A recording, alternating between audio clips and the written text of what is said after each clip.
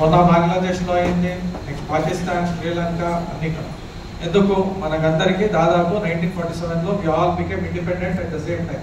So అందరి election cycle almost సేమే ఉంటుంది. లాస్ట్ టైం బంగ్లాదేశ్లో the entire voting percentage was about 35%. Entire బంగ్లాదేశ్లో ఓటింగ్ పర్సెంటేజ్ వాస్ 35% ఓన్లీ. కానీ భారతదేశంలో ఎన్నికల్లో మనకి strong election commission of India ఉన్నది. దానికి తగ్గట్టు స్టేట్లో సిఇఓ స్టేట్ ఎలక్షన్ కమిషన్, జిల్లాలో జిల్లా అధికారియే డిస్ట్రిక్ట్ ఎలక్షన్ ఆఫీసర్ ఉండి ఒక ఎలక్షన్ని చాలా పగడ్బందీగా, వాళ్ళ మంత్రం ఏంటి, ఫ్రీ ఫేర్ ట్రాన్స్పరెంట్ ఎలక్షన్.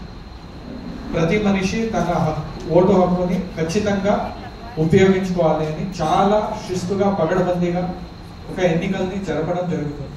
ఈరోజు కూడా మీరు చూస్తే వేరే ఏ కంట్రీలో అయినా మీరు మొన్న చూసి ఉండొచ్చు, లాస్ట్ యుఎస్ ఎలక్షన్లో అయిపోయినప్పుడు ఏం చేశారు వాళ్ళు, మేము ఈ ఎలక్షన్ రిజల్ట్ ఒప్పుకోమని వెళ్ళి వైట్ హౌస్ మీద దాడి చేశారు.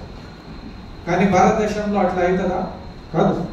ఓడిపోయిన వాళ్ళు కూడా ఏమంటారు, మేము జనాల ఫలితాన్ని ఒప్పుకొని మేము peaceful transfer of power of the government happens at all time. ఎందుకు? దట్ ఈస్ ఓన్లీ బికాస్ మన ఎన్నికల సిస్టమ్ మీద ఉన్న నమ్మకం, దాన్ని నిర్వహిస్తున్న అధికారుల మీద ఉన్న చకచక్యత, శ్రద్ధ, నిష్ఠ ఇవన్నీ ఉంటుంది. కానీ కాలక్రమేణా ఏమవుతుంది అంటే కొంచెం మనకి ఓట్ పవర్ దాని importance it has been reduced to a very minuscule amount. ఇంతకు ముందు ఎందుకంటే మనం కోసం పోరాడాలి, మనం ఎవరు